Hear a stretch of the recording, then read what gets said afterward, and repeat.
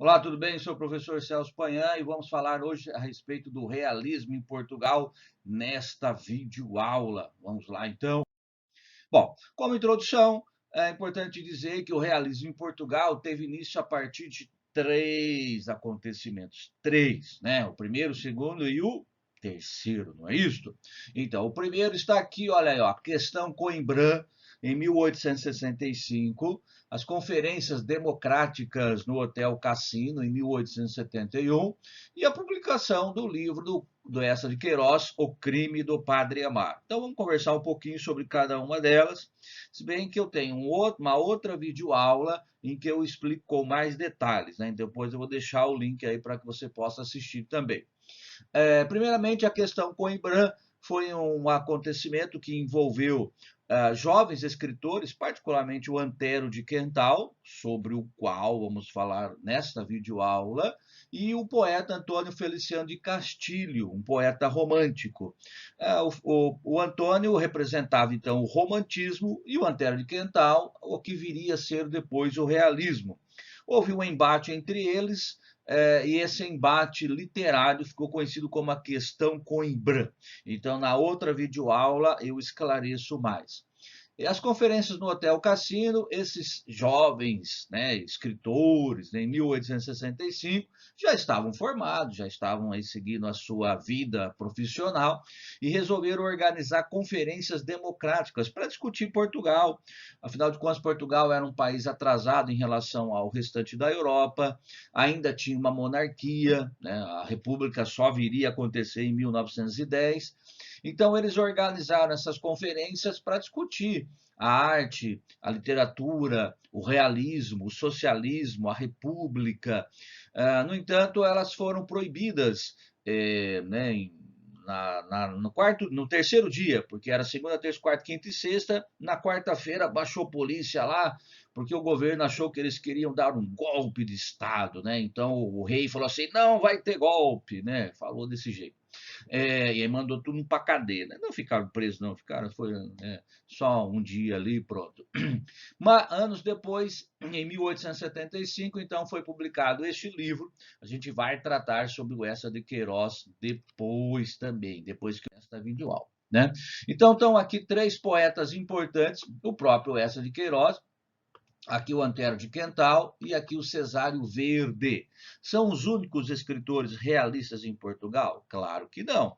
Tem o Ramalho Ortigão, tem ainda o Guerra Junqueira, né? Então há outros escritores, mas a gente acaba tratando desses que são mais comuns ou mais conhecidos, ou que normalmente caem em vestibular, né, no Brasil, no Enem. Eu falo no Brasil porque, né, nós estamos falando do realismo em Portugal, mas cai também em vestibulares do Brasil, sobretudo essa de Queiroz, tá? Enfim, então é por isso que a gente não trata sobre todos.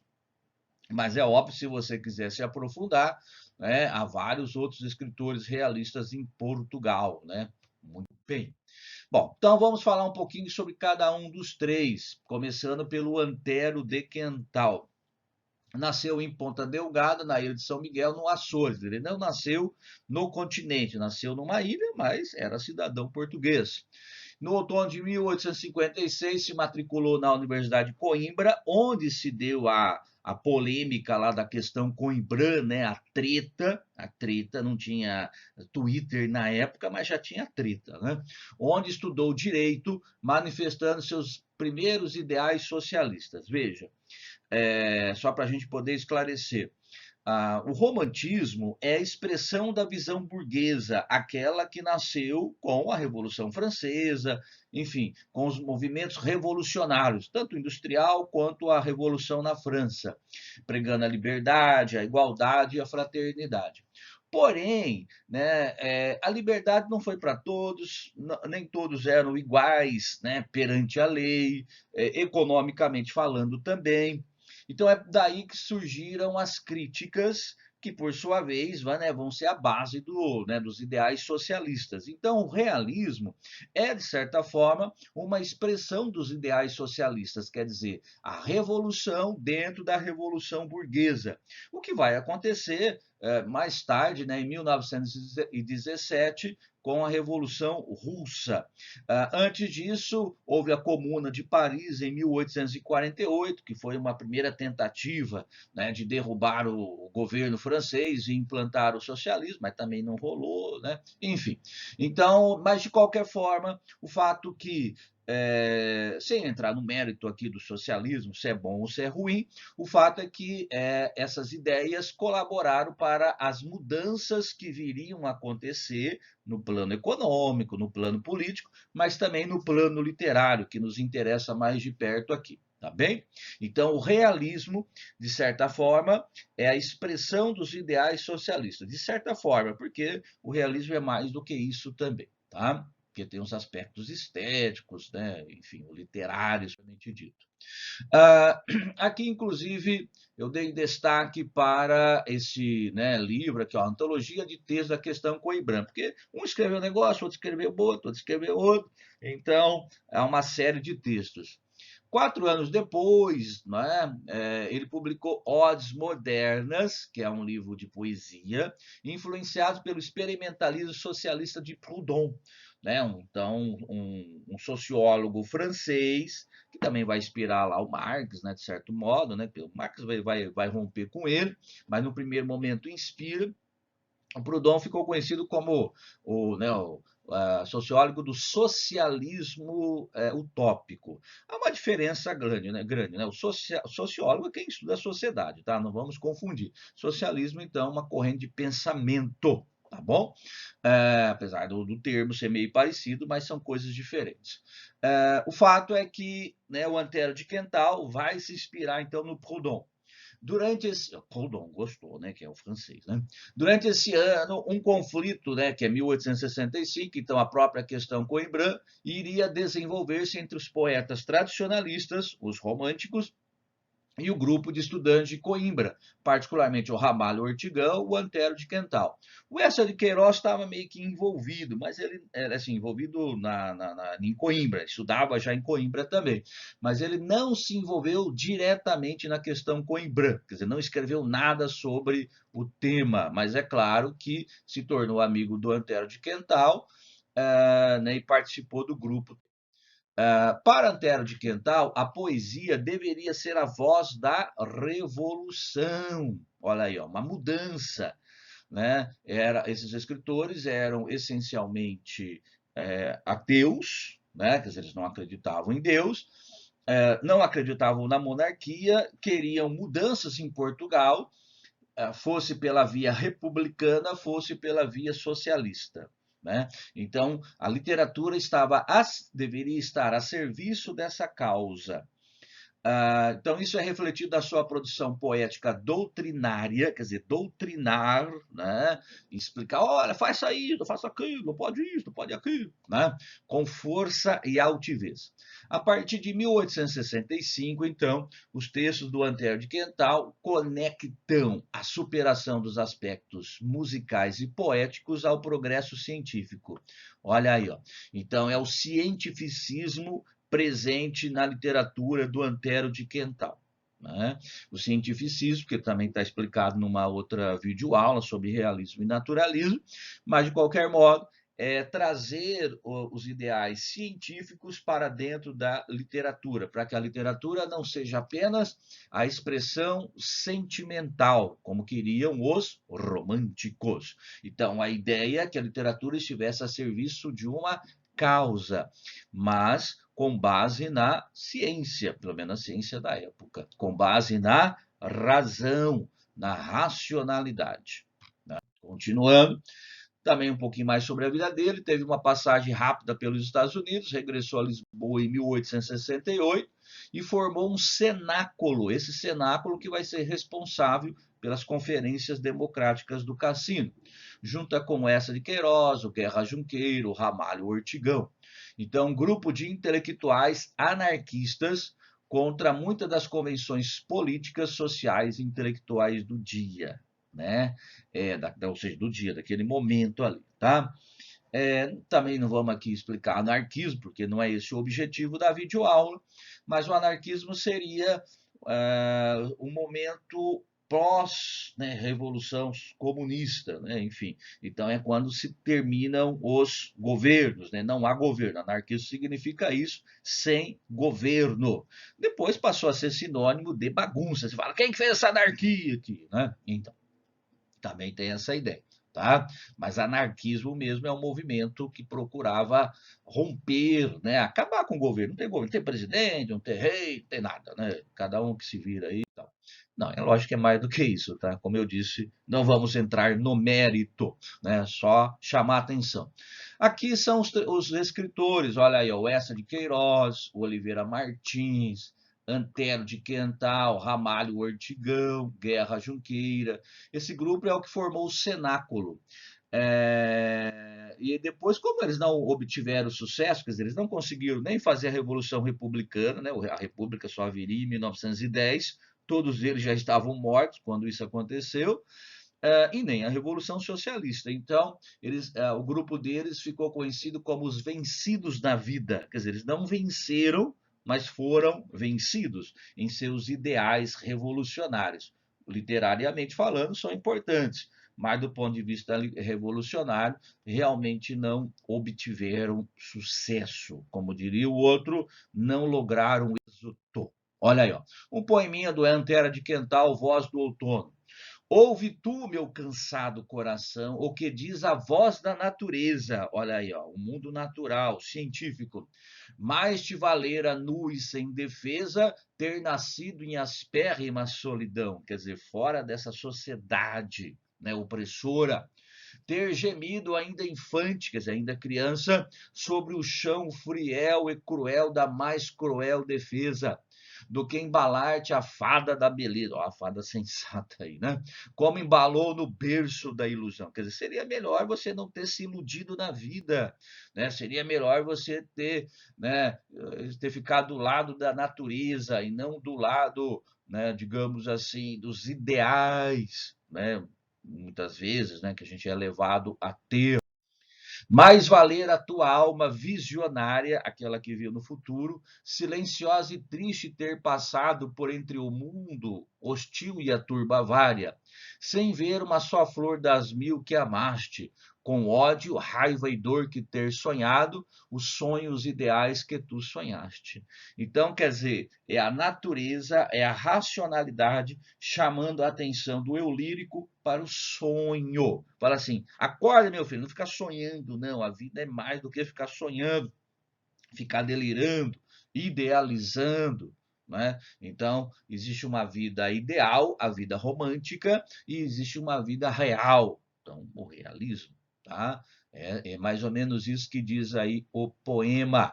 Falando agora sobre o Cesário Verde, um pouquinho, nasceu em Lisboa, teve uma vida curta, morreu com 30 anos, 31 anos, vitimado pela tuberculose.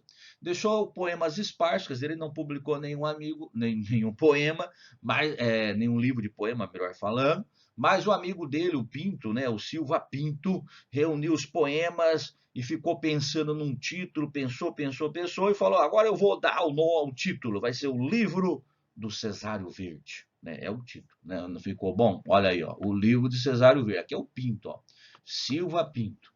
Não participou nenhum dos movimentos realistas em Portugal, quer dizer, quando ele nasceu, nasceu em 1855, quando aconteceu a questão Coimbra, ele tinha 10 anos, né, era uma criança, então ele não participou da questão Coimbra, nem do cenáculo do grupo Vencidos da Vida, então, mas escreveu nesse período e expressou a sua visão que tem a ver exatamente com os ideais, né, a perspectiva realista. Em sua poesia, procura captar o cotidiano das ruas de Lisboa por meio de uma linguagem avessa ao sentimentalismo romântico.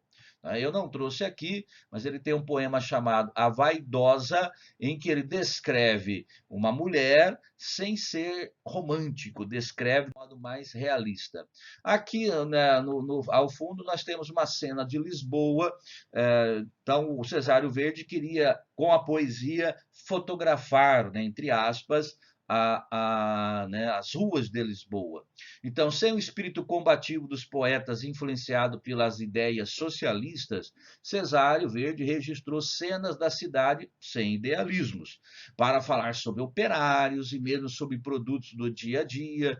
Até falar de repolho, olha que legal, né? Vamos falar, olha que repolho, repolho, né? Poesia, peixe, etc.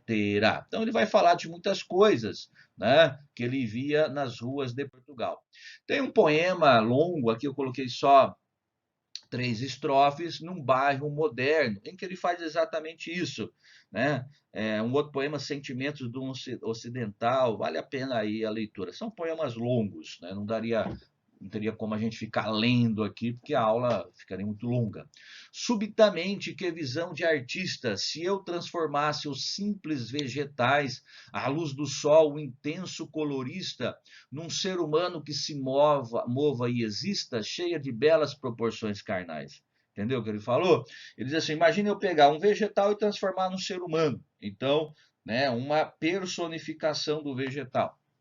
Boiam aromas, fumos de cozinha, com o cabaz às costas e verganos sobem padeiros claros de farinha. Olha aí o trabalhador, né? O padeiro.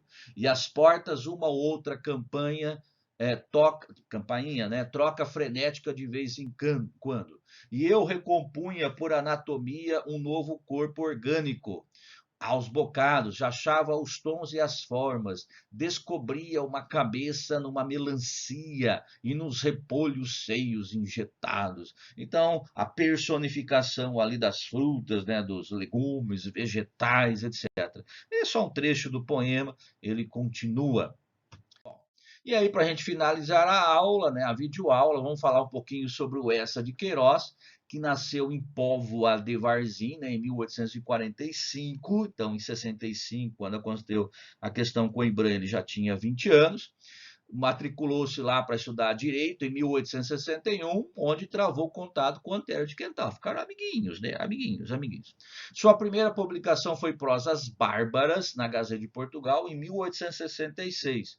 Só que aí, em livro mesmo, só póstumamente. Então tá aqui o Prosas Bárbaras, né, o primeiro livro aí que ele publicou, mas a gente pode dizer o seguinte, que a obra do Eça de Queiroz pode ser dividida em 3 fases distintas. A primeira é exatamente essa que compreende aí as prosas bárbaras. São livros românticos ainda, ó. São textos da juventude, ele tinha 20 anos, 19 anos, e revela as tentativas do jovem escritor, que ainda demonstra o locus horrendus romântico. O que é o locus horrendo? Aquilo que era próprio da segunda geração, marcado pelo macabro, pela morte, então, né? Aquela visão ultra romântica. Mas depois ele abandona isso e parte realmente para o realismo.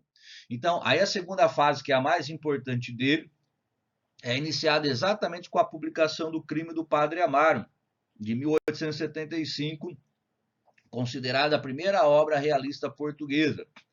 Além desta, a fase realista compreende outras obras, por exemplo, a Tragédia da Rua das Flores, não é tão conhecido, o Primo Basílio, muito conhecido, o Mandarim, muito conhecido, a Relíquia também, e os Maias.